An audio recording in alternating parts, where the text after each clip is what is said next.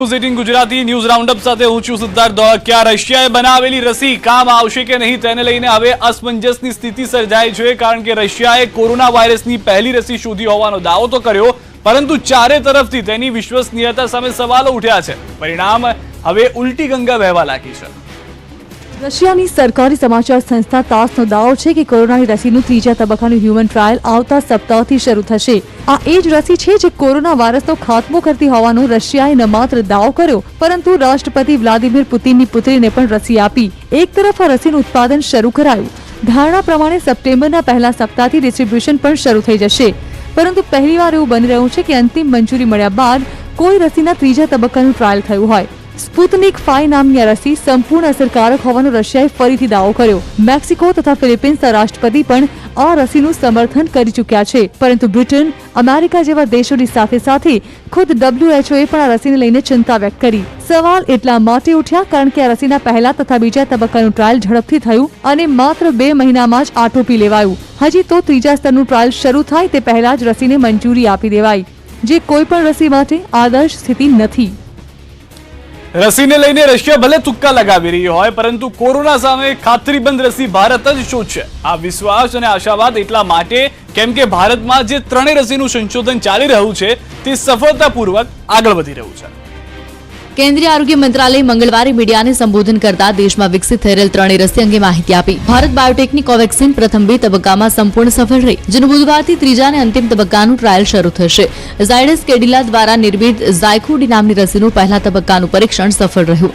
હાલ બીજા તબક્કાનું પરીક્ષણ ચાલી રહ્યું છે, જ્યારે ઓક્સફર્ડ યુનિવર્સિટી અને સીરમ ઇન્સ્ટિટ્યૂટ નિર્મિત કોવિશિલ્ડ નામની રસીનું બીજા અને ત્રીજા તબક્કાનું પરીક્ષણ ચાલી રહ્યું છે। સૌથી મહત્વની વાત એ છે કે તેના પરિણામો દુનિયાની આંખમાં ધૂળ નાખનારા નહીં, પરંતુ સચોટ છે। हमने रिव्यू किया है सबने मिलके और उसमें अच्छी प्रोग्रेस हो रही है और वो अपनी स्पीड से आगे ठीक तरह से बढ़ रहे हैं और हमें उम्मीद है कि ये जैसे जैसे अगले रिजल्ट आएंगे, जैसे जैसे हमारा नॉलेज उन वैक्सीन के बारे में बढ़ेगा और वैसे ही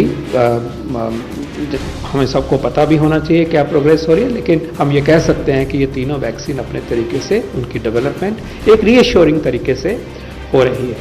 ભારતીય રસીના તમામ તબક્કા સફળ રહ્યા બાદ તેના ઉત્પાદન અને સપ્લાયનું પણ સંપૂર્ણ માળખું ગોઠવી દેવાયું છે। और जैसे जैसे ये 3 वैक्सीन या और भी वैक्सीन कैंडिडेट्स हैं वो तरक्की की तरफ बढ़ते हैं और अवेलेबिलिटी की तरफ हमारा की गोल की तरफ हम बढ़ेंगे, तो जो फिर वैक्सीन रिलेटेड जो इम्प्लीमेंटेशन होनी है, पहुंचाना है, कैसे पहुंचाना है, सप्लाई चेन की बात है, उनका कार्यक्रम जो है वो पूरी तरीके से तैयार होगा। તો આ તમામની વચ્ચે એક મહત્વના સમાચાર સૌરાષ્ટ્ર માટે છે। સૌથી મોટા અને ખુશીના સમાચાર, કોરોનાના અવરોધ છતાં સમયસર પૂર્ણ થશે એમ્સનું કામ। કોરોનાથી કામગીરી પર અસર છતાં સમયસર પૂર્ણ થશે। જામનગરના સાંસદ પૂનમ માડમે આ નિવેદન આપ્યું છે। 2022 સુધીમાં પૂર્ણ થશે એમ્સનું કામ। રાજકોટમાં એમ્સને મળી છે મંજૂરી, ત્યારે 2022 સુધીમાં એમ્સ બનીને તૈયાર થઈ જશે રાજકોટમાં।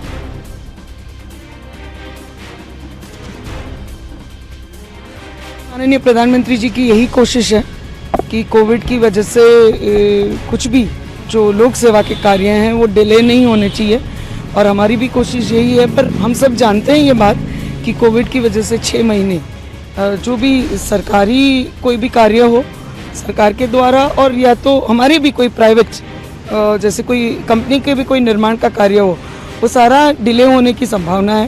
पर हमारी पूरी कोशिश रहेगी कि कम से कम डिले में जल्दी से जल्दी ये सुविधा हम लोगों तक पहुंचाएं।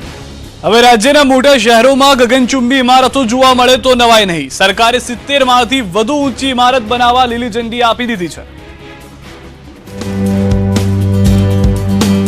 હવે પૂર્ણ થશે સીએમના ઊંચા સપના। જમીનની બદલે હવે આકાશમાં મકાનો બાંધવા છે, મોટા મકાનો બાંધવા, ઊંચા મકાનો બાંધવા છે।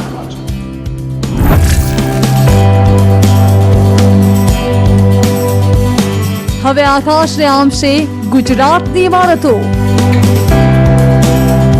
અમદાવાદ, બરોડા, સુરત ને રાજકોટ સ્પેશિયલ મંજૂરી આપશું, આઇકોનિક મકાન બનાવવા।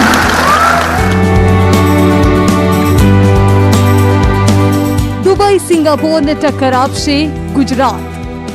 દુબઈ, સિંગાપુર એવી રીતે અહીંયા પણ સ્કાયલાઇન બને। મહિના પહેલા ક્રેડાઈની સમિટમાં મુખ્યમંત્રીએ જે વચન આપ્યું તે મંગળવારે પૂર્ણ કર્યું. મતલબ કે મુખ્યમંત્રી વિજય રૂપાણીની માફક ગુજરાતમાં દુબઈ અને સિંગાપોર જેવી જ ઊંચી બિલ્ડિંગ જોવાનું ગુજરાતીઓનું સપનું પૂર્ણ થશે. કારણ કે રાજ્યના 5 મહાનગર અમદાવાદ, સુરત, વડોદરા, રાજકોટ અને ગાંધીનગરમાં હવે માત્ર 23 માળ નહીં પરંતુ 70 થી પણ વધુ માળની બિલ્ડિંગ બનાવવાને રૂપાણી સરકારે લીલી ઝંડી આપી દીધી છે. મંજૂરીની સાથે સાથે તેને લગતા નિયમો અને શરતો પણ લાગુ કરાયા. નિયમો 100 મીટરથી વધુ ઊંચાઈના બિલ્ડિંગ્સને લાગુ થશે તેમજ બિલ્ડિંગની લઘુત્તમ પહોળાઈ ઊંચાઈ 1.9 કે તેથી વધુ હોય તેને લાગુ થશે. આ જોગવાઈ D1 કેટેગરીમાં ઓડા, સોડા, બુડા, રૂડા અને ગુડામાં એવા વિસ્તારમાં લાગુ થશે જ્યાં હાલ CGDCR મુજબ બેઝ FSI 1.2 કે તેથી વધારે મળવાપાત્ર છે. આ પ્રકારના બિલ્ડિંગની ચકાસણી માટે સ્પેશિયલ ટેકનિકલ કમિટીની રચના થશે. 30 મીટર પહોળાઈના કે તેથી વધુ પહોળાઈના DP-TPના રસ્તા પર મળવાપાત્ર થશે. 100 થી 150 મીટર ઊંચાઈ માટે લઘુત્તમ પ્લોટ સાઇઝ 2500 ચોરસ મીટર હોવી જોઈએ. 150 મીટરથી વધુ ઊંચાઈ માટે લઘુત્તમ પ્લોટ સાઇઝ 3500 ચોરસ મીટર, મહત્તમ FSI 5.4 મળવાપાત્ર થશે. પ્રીમિયમ FSI નો ચાર્જ 50% જંત્રીનો દર ખુલ્લા બિન ખેતીના પ્લોટનો જંત્રી દર ગણાશે. રહેણાંક, વાણિજ્યિક, રિક્રિએશન અથવા આ ત્રણેયનો ગમે તે મુજબ ઉપયોગ મળવાપાત્ર થશે. પાર્કિંગમાં ઇલેક્ટ્રિક ચાર્જિંગની ફેસિલિટી ફરજિયાત રાખવાની રહેશે. વિન્ડ ટનલ ટેસ્ટ ફરજિયાત રહેશે. ડિઝાસ્ટર મેનેજમેન્ટ પ્લાન તૈયાર કરવાના રહેશે. ઊંચી ઇમારતોને મંજૂરી આપવા પાછળ સરકારનો ઉદ્દેશ જમીનની માંગમાં ઘટાડો કરવાનો છે, જેના કારણે સામાન્ય નાગરિકોને આપોઆપ સસ્તા મકાનો મળતા થશે. સરદાર પટેલની જન્મ જયંતિ એટલે કે 31 ઓક્ટોબરે પ્રધાનમંત્રી નરેન્દ્ર મોદી ગુજરાતના મહેમાન બની શકે છે. આ દરમિયાન તેઓ સાબરમતી રિવરફ્રન્ટથી કેવડિયા સુધી સી પ્લેન સેવાને લીલી ઝંડી આપે તેવી શક્યતા છે. આ દ્રશ્યો સાબરમતી રિવરફ્રન્ટના છે, જ્યાં દિલ્હીથી આવેલી એવિએશન વિભાગની ટીમ નિરીક્ષણ કરવા પહોંચી. આ મુલાકાતે એ અટકળોને વેગ આપ્યો જેમાં દાવો કરાઈ રહ્યો છે કે પ્રધાનમંત્રી 31 ઓક્ટોબરે સ્ટેચ્યુ ઓફ યુનિટી ખાતે રાષ્ટ્રીય એકતા દિવસની ઉજવણી કરશે. માનવામાં આવી રહ્યું છે કે મુલાકાત દરમિયાન પ્રધાનમંત્રી અમદાવાદથી સી પ્લેન મારફતે સીધા જ સ્ટેચ્યુ ઓફ યુનિટી પહોંચશે, જેના માટે કેન્દ્રની ટીમ તૈયારીઓ કરી રહી છે. આ તરફ કેવડિયા કોલોની ખાતે પણ ઉજવણીની તૈયારીઓનો ધમધમાટ શરૂ થયો. કોરોનાના કારણે ઉજવણીનું સાદગીપૂર્ણ આયોજન થઈ શકે છે. કાર્યક્રમમાં મર્યાદિત લોકો જ ઉપસ્થિત રહી શકે છે. અહીં પ્રધાનમંત્રી સરદારની પ્રતિમાને પુષ્પાંજલિ અર્પણ કરી શ્રદ્ધાંજલિ આપી શકે છે. સાથે જ સ્ટેચ્યુ ઓફ યુનિટી ખાતે બનેલી જંગલ સફારી સહિત અન્ય આકર્ષણના નજરાણાનું પણ લોકાર્પણ કરી શકે છે. પ્રસ્તાવિત પ્રવાસને લઈ તૈયારીઓ અને બેઠકોનો દોર શરૂ થઈ ચૂક્યો છે. બુધવારે ગાંધીનગરમાં મુખ્ય સચિવના અધ્યક્ષ સ્થાને યોજાનાર બેઠકમાં કાર્યક્રમની રૂપરેખાને અંતિમ સ્વરૂપ અપાશે. બોલિવૂડ અભિનેતા અક્ષય કુમાર ફરી એક વખત જરૂરિયાતમંદોની મદદે આવ્યા. અસમના પૂર પીડિતોની મદદ માટે 1 કરોડ રૂપિયાનું ફંડ જાહેર કર્યું. અક્ષય કુમારે મુખ્યમંત્રી રિલીફ ફંડમાં દાનની આ રકમ આપી, જેને લઈને અસમના CM સર્વાનંદ સોનોવાલે ટ્વીટ કરીને તેમનો આભાર માન્યો. અસમમાં છેલ્લા ઘણા દિવસોથી પૂરની સ્થિતિ છે. જુલાઈમાં રાજ્યના તમામ 33 જિલ્લા પૂરથી ખરાબ રીતે પ્રભાવિત થયા હતા. લાખો લોકોને અસર થઈ, હજારો લોકો ઘર વિહોણા બન્યા. રોડ, રસ્તા તથા પુલ ધરાશાયી થવાથી કરોડો રૂપિયાનું નુકસાન થયું, જેને પહોંચી વળવા ચારે તરફથી મદદ શરૂ થઈ, જેમાં બોલિવૂડમાંથી અક્ષય કુમાર પણ સામેલ છે. અક્ષય કુમાર અગાઉ કોરોના મહામારીને લઈને PM કેર ફંડમાં 25 કરોડ રૂપિયા ફંડ આપી ચૂક્યા છે. સાથે જ મુંબઈ પોલીસ ફાઉન્ડેશન માટે 2 કરોડ તથા BMC માટે 3 કરોડની મદદની પણ જાહેરાત કરી હતી. ગયા વર્ષે ઓડિશામાં જે ફાની વાવાઝોડું આવ્યું તે સમયે પણ અક્ષયે 1 કરોડ રૂપિયાની મદદ કરી હતી. અક્ષય કુમારના આઈડિયા પર ગૃહ મંત્રાલયે શરૂ કરેલી ભારત કે વીર વેબસાઇટના માધ્યમથી પેરામિલિટરીના સેંકડો શહીદોને દેશભરમાંથી મદદ મળી રહી છે.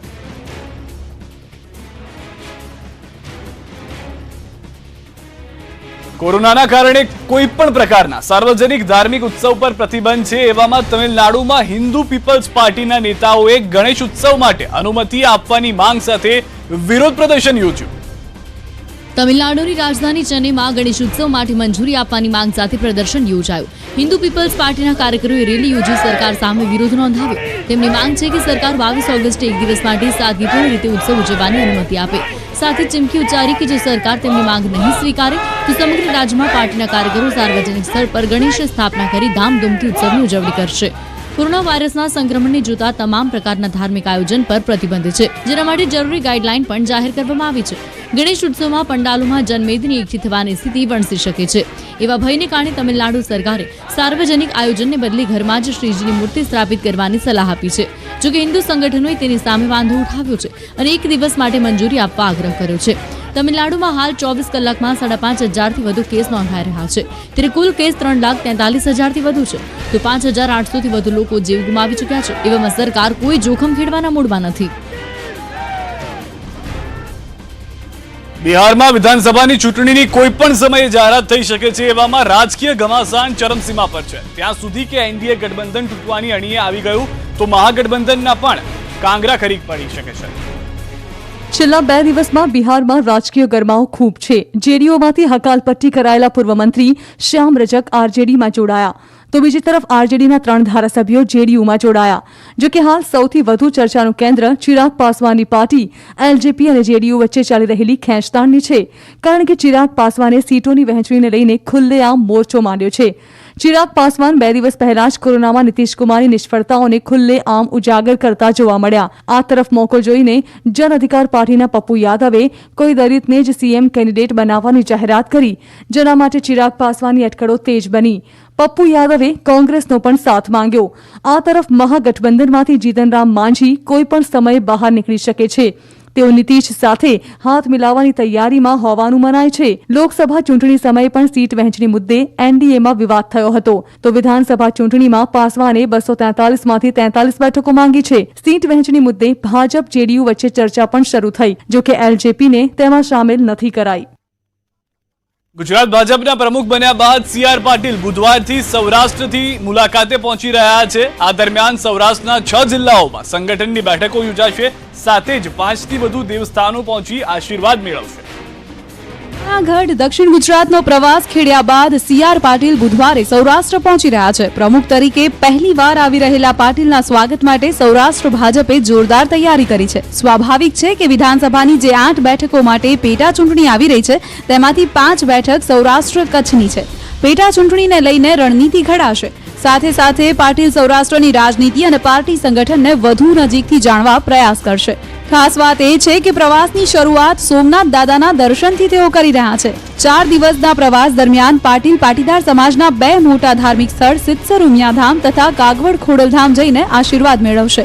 જાહેર કાર્યક્રમ પ્રમાણે તેઓ 5 ધાર્મિક સ્થળોની મુલાકાત લેશે. વિશ્લેષકો માની રહ્યા છે કે સંગઠનના જિલ્લા અને શહેર સ્તરના માળખામાં પાટીલ તમામ જ્ઞાતિઓને વિશ્વાસમાં લેવાની રણનીતિ પર ચાલી રહ્યા છે. આથી ઠેર ઠેર વિવિધ સમાજ અને જ્ઞાતિઓના આગેવાનો સાથે પણ બેઠકોનું આયોજન કરાયું છે. આ સંઘનો જે મુખ્ય એજન્ડા હતો એ જ્ઞાતિ જાતિથી ઉપર ઉઠીને જે રાજકીય સંગઠન છે એ બનાવવું અને ઉમેદવારોની પસંદગી કરવી, તો આ બધી જ બાબતો એક સાથે છે. સી.આર. પાટીલનો પ્રવાસ સૌરાષ્ટ્ર માટે સિગ્નિફિકન્ટ રહેશે, કારણ કે એ સૌરાષ્ટ્રમાં એની બહુ આવન જાવન નથી રહી. પણ સંઘ હંમેશા એવું કરે છે કે કોઈ પણ જે વ્યક્તિ આધારિત રાજકારણને બદલે સંગઠન આધારિત જે રાજકારણનું અને સોશિયલ એન્જિનિયરિંગ કરી છે ને, આ એનો એક ભાગ છે. વર્ષ 2015ની સ્થાનિક સ્વરાજની ચૂંટણી તથા 2017ની વિધાનસભા ચૂંટણીમાં સૌરાષ્ટ્રમાં ભાજપનો દેખાવ કંગાળ રહ્યો હતો. આથી પાટીલ અહીં વધુ પરસેવો પાડી સંગઠનને વધુ મજબૂત કરવા પણ દૂર કરવાનો પ્રયાસ કરાશે. સંગઠન મહામંત્રી ભીખુભાઈ દલસાણિયા અને ગોરધન ઝડફિયા પાટીલના સૌરાષ્ટ્ર પ્રવાસની જવાબદારી સંભાળી રહ્યા છે. રાજ્ય સરકારના મંત્રી તથા આ વિસ્તારના પ્રતિનિધિ જવાહર ચાવડિયા પણ તેમની સાથે રહેશે. આ તરફ કેન્દ્રીય ગૃહમંત્રી અમિત શાહને હળવો તાવ અને શ્વાસ લેવામાં તકલીફ થતા દિલ્હી એમ્સમાં દાખલ કરાયા, જ્યાં એમ્સમાં ડાયરેક્ટર ડોક્ટર રણદીપ ગુલેરિયાની અધ્યક્ષતામાં તબીબોની એક ટીમ તેમનું ઓબ્ઝર્વેશન કરી રહી છે. મળતી માહિતી પ્રમાણે સોમવારે રાત્રે 2 વાગે શાહને હોસ્પિટલ ખસેડાયા. એમ્સે પ્રેસ રિલીઝમાં જણાવ્યું કે ગૃહમંત્રીનું સ્વાસ્થ્ય સારું છે અને તેઓ હોસ્પિટલથી પોતાનું કામ કરી રહ્યા છે. આપને જણાવી દઈએ કે 4 દિવસ પહેલા 14 ઓગસ્ટે જ ગૃહમંત્રી કોરોનાને માત આપી ઘરે પરત ફર્યા હતા અને ડોક્ટરની સલાહ અનુસાર હોમ આઇસોલેશનમાં હતા. બીજી ઓગસ્ટે કોરોના રિપોર્ટ પોઝિટિવ આવ્યા બાદ તેઓને ગુરુગ્રામની મેદાંતા હોસ્પિટલમાં દાખલ કરાયા હતા, જ્યારે 14 ઓગસ્ટે તેઓને ડિસ્ચાર્જ કરાયા હતા.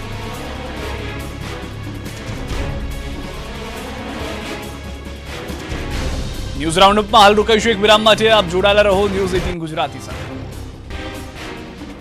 વિરામ બાદ આપનું સ્વાગત છે. અન્ય મહત્વની ખબર પર નજર કરીએ. આફ્રિકા દેશ સોમાલિયાની રાજધાની મોંગાદિશુમાં મુંબઈ 26/11 જેવો આતંકી હુમલો થયો. આતંકવાદીઓ શહેરની એક હોટલ પર કબજો જમાવી લીધો.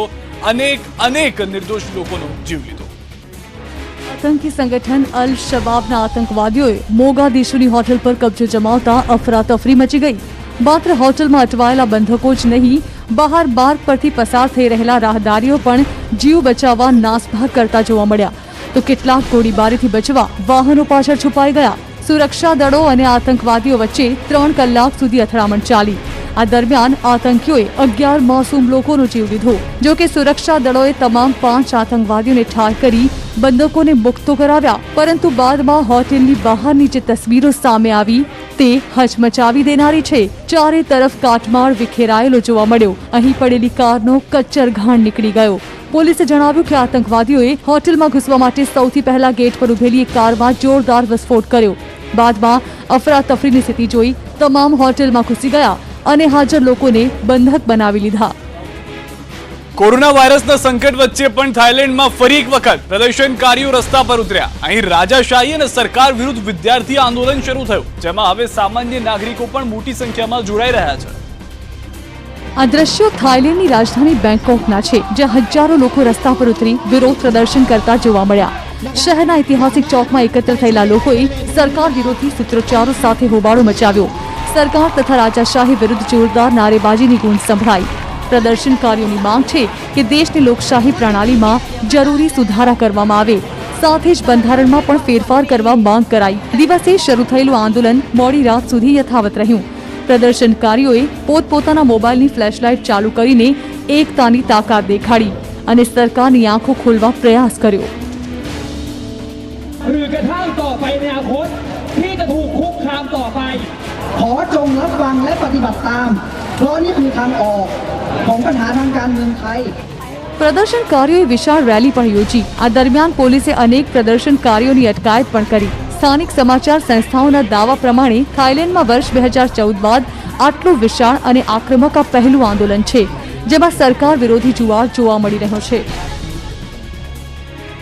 ન્યૂઝ રાઉન્ડઅપમાં અત્યારે બસ આટલું જ। મહત્વની તમામ ખબરો માટે આપ જોતા રહો ન્યૂઝ 18 ગુજરાતી।